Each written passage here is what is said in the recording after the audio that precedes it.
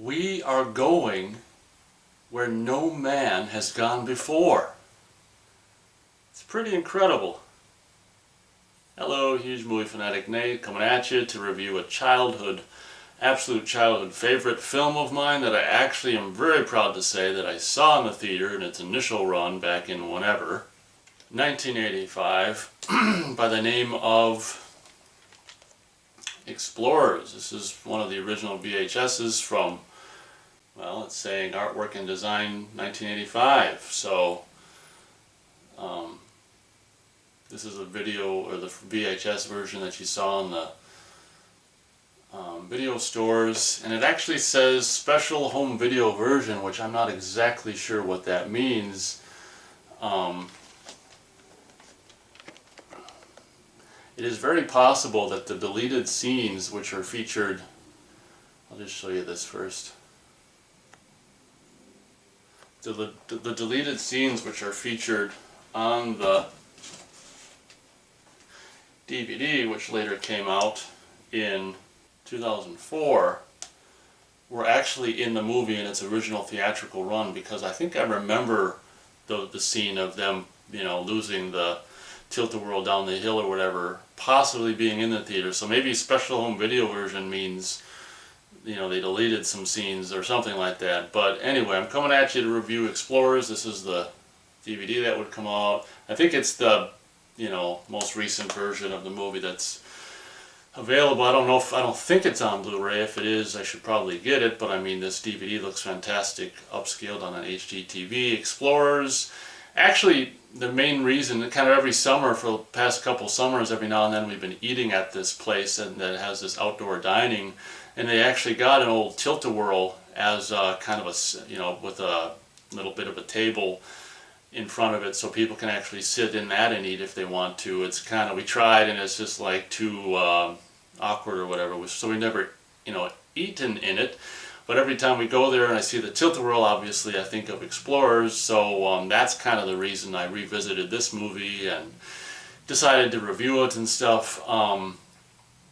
Absolutely a gem, obviously. Like I said, I actually got to saw it in the theater, or got to see it in the theater when I was a kid, and I want to say we saw it twice. I'm going to have to actually ask my mom that, but it doesn't really matter. I know I saw it at least once in the theater, and a movie that, I mean, being a kid at the time and having interest in space, and I don't know if I discovered the movie, I probably didn't discover the movie 2001 yet, but that would be a couple of years later. I was just really interested in space and all this kind of and this and that, and this movie went towards that kind of, obviously played the same kind of theme, and the main character in this movie, which is Ethan Hawke in his first role, which is just unbelievable because he's so good in this movie. Ethan Hawke really personifies and plays that kind of curious young kid who's just got this passion for space and looking up into the stars and dreaming and fantasizing about what's out there. Ethan Hawke, absolutely fantastic in this role, and of course River Phoenix before, is this before Stand By Me? It's right around, it's probably right, I think it's before Stand By Me. This is River Phoenix before we kind of come to know him later on as just being the whatever, heartthrob guy or whatever the hell he became later on. And, reportedly, I mean, River Phoenix playing a role that's exact opposite of course, who he was purported to have been, kind of like just this nerd and whatever. And he does a really good job. This is probably the first thing I ever saw River Phoenix in myself. And he does a really good job at playing this kind of nerd. And this other kid that I think a lot of people, a lot of kids, including myself, really liked is this third kid, Darren. The third kid, I think, because, I don't know, he might have been my favorite. He might be my favorite character actually in this movie, because he's kind of like the most like me, where he's just kind of like, although I get excited about things like the Ethan Hawke character in this movie as well, but Darren's kind of just like, I don't know, just the cool kid who's just like, not fazed by much. He's just like, you pull this on every sucker that comes in here? So basically this movie starts out with this fantastic kind of early computer-generated scene. It's a dream scene that the character, obviously Ethan Hawke, is having, where it's just like, this turns out to be the aliens sending him in his dreams kind of the plans for, for basically a means for him to travel up and out of, the atmosphere into space, and, a way for the aliens to basically transport him and his friends to them to, do a meet and greet or whatever, which we'll talk about later. But the first, I don't know, I guess I'd say the first 2/3 of this movie are absolutely brilliant, where we're just introduced to this Ethan Hawke character, and you know, really, really just, you know, struggling in high school. I think they're in high school, and just this kid being so passionate about space and exploring and stuff like that, and him getting his visions about whatever, and him going to his nerd friend Wolfgang's, who's played by River Phoenix, he's got a computer, much like this one. We'll show you a little more towards the end of the review, but listen, that might sound familiar if you've seen Explorers. But Wolfgang's got this computer, which is very much, if not the exact same thing I've got here. This is an Apple IIc from the 80s. And I think he's got a computer very similar to this, if not the exact same thing, of course, in which he does all this stuff. I don't know if you could even do this shit on these things back then, but anyway, in the movie he does this, and he kind of takes the information that Ethan Hawke character, I can't remember what the hell his name is in this movie, Ethan Hawke's character, but he gives Wolfgang the information, and he's actually, you know, doesn't know what the hell it is, and it kind of, once he installs it or once he puts it in the computer, it kind of runs itself or whatever a little bit, and he presses some keys in the scene where you know, he hooks up with this, you know, this Darren kind of gets him out of a fight early on in the movie, and then he hooks up with him, and both of him and you know, Ethan Hawke go to Wolfgang's. The very first time we see them turn it on, and you know, kind of the sphere, which I don't think is, no, it's not seen at the time. It's so small that it's like not seen, and basically this what turns out to be happening is the aliens send them this program to, if they do it in the computer, they're actually able to have this little sphere thing, which is kind of shown on the back of the box here, this sphere thing to appear. And this thing, if you use enough power or whatever, you can get big enough. Basically, it's a way to teleport or physically transport these kids into space to meet them for meet and greet, which I'll talk about later. But it's really cool, this movie. Oh, I should say that this movie is like the first movie directed by Joe Dante. Following Gremlins, I think obviously this runaway success of that movie led him to, you know, be probably kind of more or less sought out maybe for this movie. And this movie is something that, you know, obviously Paramount hoped probably would be something that you could potentially be kind of the success of E.T. or surpassing it. I would regard the movie as being, you know, much more enjoyable to watch than E.T. It's something that, because E.T.'s got all that kind of sad in it and stuff, Explorers is a much more entertaining movie, for me, in my opinion, and a much more kind of something that I'd want to revisit on multiple revisits. So basically that's the premise of the movie. You know, the more they look into it, the more they realize that if they put more power into it, then they do another experiment. There's a kind of a cool scene where they first but they first experience the sphere with it kind of being really small and invisible in the basement, where it just goes runs amok and goes through bookshelves and, you know, zaps a cat's ass or whatever the hell it does, and goes to the scene really holds up. Having rewatched this movie recently, that scene really, really holds up, and you know, when the little sphere, which we don't know what it is yet, kind of terrorizes, if you will, the basement at Wolfgang's house, and goes through this and that and the wall, and terrorizes actually the neighborhood briefly, and comes back in and terrorizes more, and goes to the fridge and all this crap. And then later on, there's a scene where they take something very similar to this, which is the Apple IIc here, and then, which is in a really ridiculous kind of a scene where he's got this, and then of course they make Darren look at this big monitor, which is we're supposed to believe that the monitor and this computer are powered by a 9-volt battery, if I'm understanding this correctly, which would be absolutely ridiculous. It's kind of like, okay, whatever.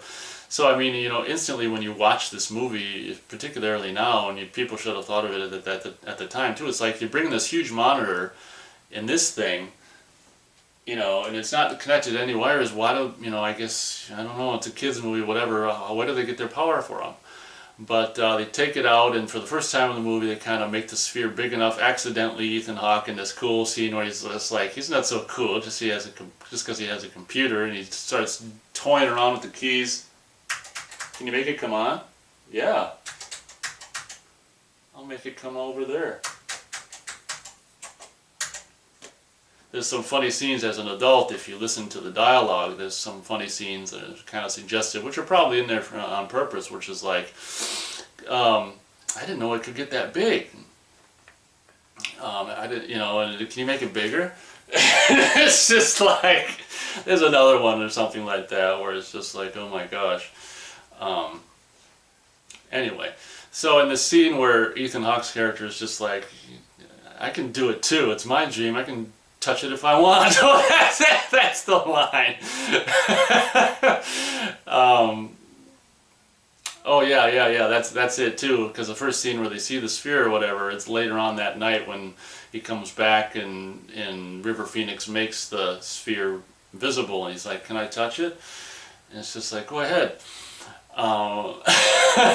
So anyway, in the big outdoor scene, obviously this is the first time that the sphere actually engulfs River Phoenix, or I know his name, so I'll say Wolfgang, and kind of takes Wolfgang, the nerd Wolfgang, for a ride. And God, River Phoenix must have hated wearing those pants. Oh my gosh, they're really, you can really see his pants in that deleted scene. What's it called?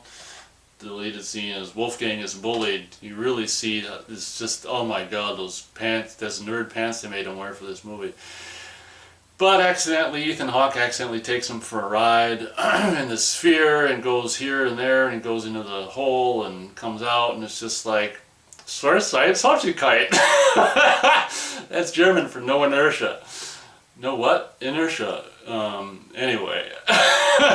I'm doing a beat by beat here. I gotta get this review on the road. So, well, that's because I'm talking about the best parts of this movie. I mean, the last part of the movie, unfortunately, I'll get to in a moment here, is really not worth talking very much about. So I'll probably spend the majority of the review bitching about the last part of the movie. But anyway, at the end of the day, the first, oh gosh, I didn't even get to the thing. So after that scene, Darren realizes, kind of like the, smartest kid, he comes up with all the cool ideas at the end of the day. The name of the spaceship, the Thunder Road, and it's based on a Bruce Springsteen song, and he comes up with the idea that if we, made a thing, something to sit in, all three of us could fly around in this thing. And the basic, biggest motivation of this movie is basically to spy on girls, which is kind of whatever. So of course, in a fantastic scene, and I should, obviously I can't forget to mention this movie's got one of the best, most just, oh my gosh, I gotta get the CD of this at some point. But, oh my gosh, Jerry Goldsmith just hit it out of the park for this movie and did one of the most amazing scores for this movie. And one of the cues for this movie is so remarkable, and it gives me goosebumps, and it tears up my eyes. And you'll know what I mean. You know what I'm talking about when I say it's the scene where they're building the, what comes to be named the Thunder Road. They're building the spaceship out of the tilt-a-whirl and just TV screen and washer dryer doors and all this stuff kind of hacked together in a trash can and oh my gosh. The design of this spaceship, the Thunder Road for this movie, and the way that, I mean, obviously these kids probably couldn't do this, but just for the movie's sake of them taking this tilt-a-whirl and making this little spaceship out of it is just the coolest idea in the world, and way cooler than anything in E.T. I mean, frickin' flying on through the air on bicycles ain't got nothing on the frickin' tilt-a-whirl turned into a spaceship in this frickin' movie. And the design that whoever designed this thing for the movie came up with, with the lights and all the stuff, and oh my gosh, so that scene where they're building it is so cool, and the music is so cool, and then the first scene where they actually, take it up is just so cool, and it's at like night, and the lights are on and it's going up, and even by today's standards, like the visual effects are what is this movie, 32 years old now? Criminy. The visual effects for the thing going up, and you see like a branch in the foreground and stuff, really cutting edge stuff for the time. So this is like the most, once they build this thing and they're flying around in this thing, is like, for me, just oh my gosh, it's kind of where the movie peaks for me, and it's just like, wow, and it's just like, where's all the action on a Friday night? And it's just like the drive-in, and the cool scene where they go to the drive-in and see this kind of made for this movie, Star Killer, of course, named after the name they were going to give to Skywalker and then didn't, and would later name the the third Death Star and the seventh, lame episode of the Star Wars franchise. Anyway, I'm segueing. But the drive-in scene's cool, where they accidentally end up in front of the screen and fly out towards the audience, and the 3D kind of is whatever. And well, so when they're in their first flight, they're actually kind of, after the fun stuff, they're actually kind of like jolted into, into this like stuff, and all this gook comes out on the monitor and the computer, and it's just like, oh my gosh, what's that? And it's actually taking them up into space in a scene which actually I can remember being a kid in the theater and being really uncomfortable with that scene. Like, oh my gosh, like it's really like scary, like they're being taken up towards space. And I can remember being a little kiddie, just being a little anxious when that scene happened. In particular, when Wolfgang comes up with the idea of actually unplugging the computer, and this field actually goes off, and so they're actually just free falling. Which that little nailed together Thunder Road would probably fall apart instantly. But it's a movie, whatever. That scene, holy crap, really made me anxious. And obviously the free fall scene, and that making him unable to get the thing back into the thing to start the computer. But of course, it's a movie, it all turned out fine. He gets it plugged in, and they ended up being just teleported back to the house or whatever. And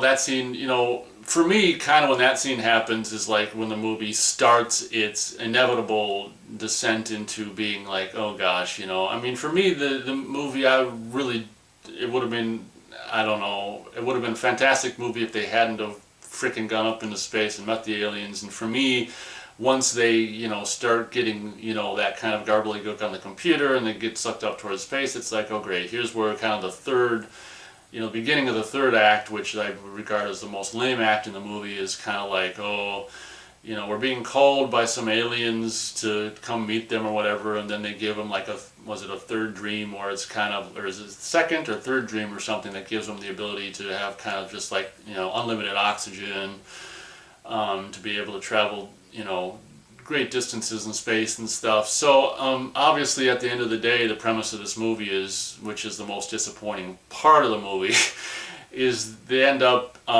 being teleported to who knows where, the dark reaches of the universe or whatever, to meet. I'm just going to try to skim really quickly past this point, which is, unfortunately, Ethan Hawke's all excited about this and whatever, and unfortunately they end up meeting what's in the movie. I mean, this movie's over 30 years old, I can spoil it, I think.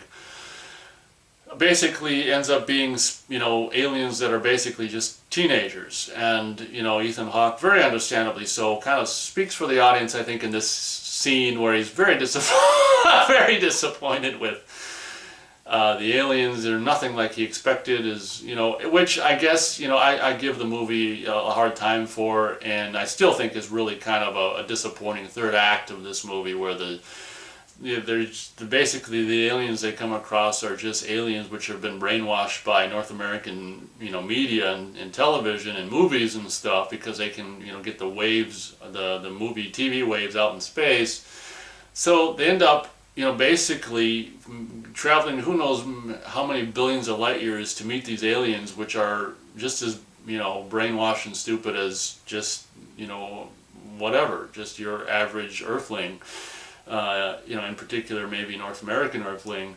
And it's just like, what, at least the character of Ethan Hawke's character is like completely and totally just, depressed and disappointed about this, which I guess you got to give the movie makers props for having a character in the movie be as disappointed in the ending as the audience hopefully is.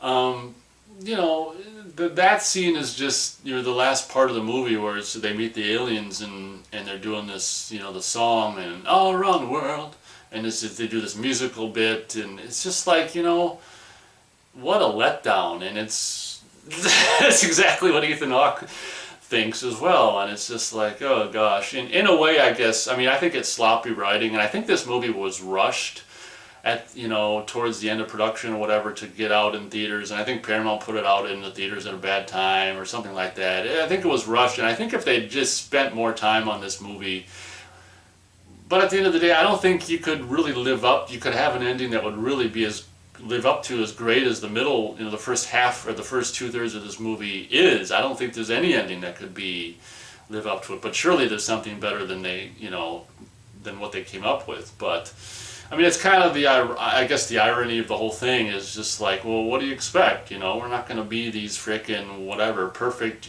beings. We're just, we're life forms just like you, and I don't know. It is so there. I mean, this would be a beyond 4-star movie for me if it wasn't for the last third of this movie, which absolutely just takes it and just, in my opinion, flushes it down the toilet. So I'm going to go 3 stars out of 4 stars for Explorers, which, I mean, I definitely enjoy this more than E.T., but unfortunately, I gave E.T., I think 4 stars, and, that's just because, I don't know, even with its depressingness or whatever, I guess all around it's just that much of an experience. But I mean, I like Explorers more than E.T., and just because of the depressing, the thing that happens where it's just like, obviously just like so many kids' movies and shit, it has to get all depressing before it can get happy again at the end and all that crap.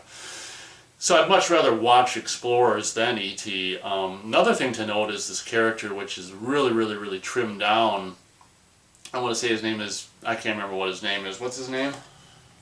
I don't know what his name is. I wanted to say Dick Smith, but the guy that's in every Joe Dante movie, the guy from the original Little Shop of Horrors. This guy's character, really, really, I thought it would have really been cool, having rewatched it recently, if they had started the movie as this kid, as teenager or young kid at the beginning of this movie, back in the whatever era he would have been a kid, maybe the 30s or whatever, and him getting these dreams. Because basically what we're led to think here is that this kid, or this guy, this character, this helicopter pilot, played by this guy who's, a familiar face from Joe Dante movies and stuff, he got sent the signals when he was a kid too, so it would have been cool to start the movie with that happening. And then of course the technology when he was a kid wasn't good enough for him to actually like physically realize the thing, and so he's been like haunted the rest of his life about this. And then that point was really kind of cool, and in a way I don't understand why that character, it seems like in the script it could have been, maybe that character's part could have been a lot bigger, and it's just like, they trimmed away, I assume they trimmed, it just seems like that character is just been trimmed and trimmed and trimmed away to his last bit of, I think he's got like what, 2 or 3 scenes where they see the kids, and then he goes and whatever, looks for them more, and then one scene where he kind of sees them take off or whatever, and he's like, way to go, kid. And it's just like, I don't know, that character almost is just so used so little in the movie that, I mean, why even have him in there in the final movie? But whatever, you can't cut that guy because he's got to be in every Joe Dante movie. But that's my review of the movie. Absolutely phenomenal, first 2/3 of the movie, with an unbelievable score. And actually, I did look on YouTube. I just, after I watched this movie, I searched on YouTube like Explorers model, and I came across this absolutely cool frickin' model, and you're seeing it right now.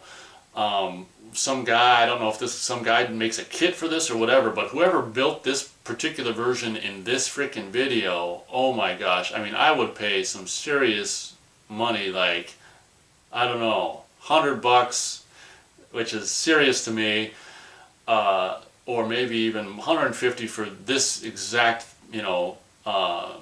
model that we're seeing here in this video. And if you think it looks cool now, wait until this happens. Oh my gosh, this looks like the actual miniature they used in the movie, even down to the lit interior that is lit by red lights. This looks like the miniature they used to film for the effect shots of the movie. This is so cool. And if this guy or someone could build this for me and like ship it to me, I mean, I would pay maybe $200 for this, maybe $205. I don't know. We could negotiate back and forth.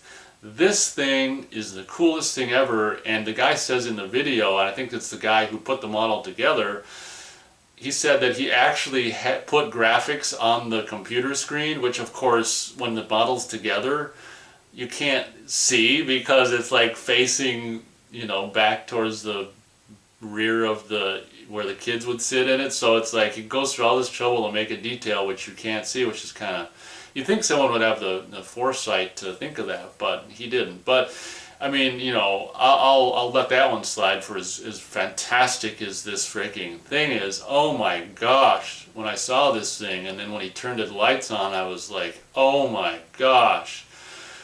So I wanted to mention that if the guy who built that model that's seen in this video watches this video and wants to like give it to me, feel free to leave a comment. Or you know, in the comment section, or just, you know, mail me direct in the channel, send me a message, and I'll gladly accept this model. I'll tell you what, I'll even throw in my own batteries, but I'll gladly accept this model given to me for free with shipping paid by you. Actually, you know what? I'll pay for shipping. But I couldn't end this review without mentioning this absolutely amazing model, which gives me, you know, when I look at this thing and when I see it lit up like that, it just gives me goosebumps like, you know, geese wouldn't believe. So I think I covered it all. I mean, obviously for movies that I'm passionate about, I could go on and on and on and on and on and on about. Oh gosh, I didn't cover it all. In closing, I will show you this. My mom was all into computers, and I don't know, computers were so lame back in the 80s compared to what they can do now. This is, like I say, I think it's pretty much the computer that is used in the movie. This is an Apple IIc, and he connects it to like this monitor, which, like I say, has a 9-volt battery in it or whatever. But it's kind of heavy to show you this way, so I'll just show you a different way. But here,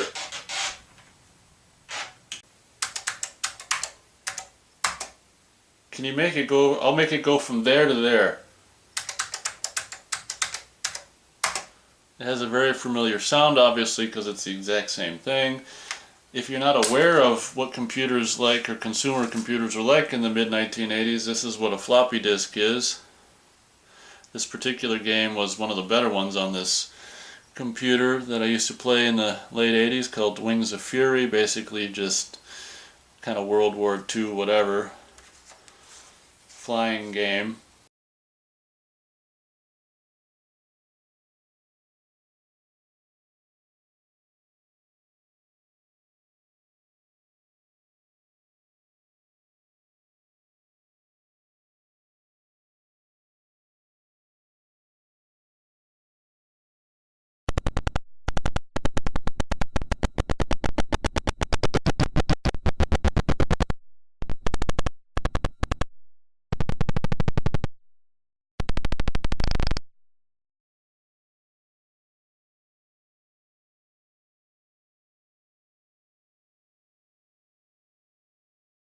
So Apple IIc had a built-in disk drive to the keyboard, whereas like I think the original Apple computer had a disk drive that was separate that you connected to the back of the computer, but this one was all high-tech and had it built in, so you'd put the disk in like this, shut that, and then ready for this.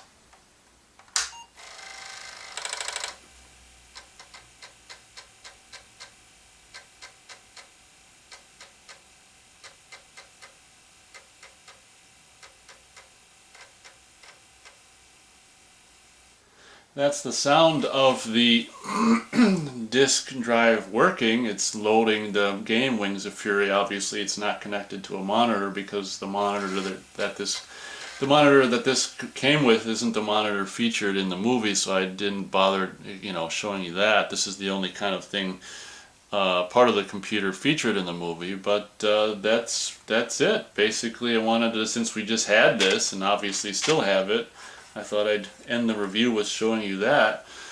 Really kind of a cool piece of history. I've never looked on eBay to see how much this thing's worth. I imagine I could probably retire off selling this thing, but still in working order, obviously. So we'll just turn it off. But there you go. There's an Apple IIc, probably the exact same. It's only a 128K, but probably the exact same computer that was featured in this movie. So couldn't end the review without mentioning that. So thank you very much for watching this review, which is probably way too long, but hey, I'm a huge movie fanatic, so what do you expect?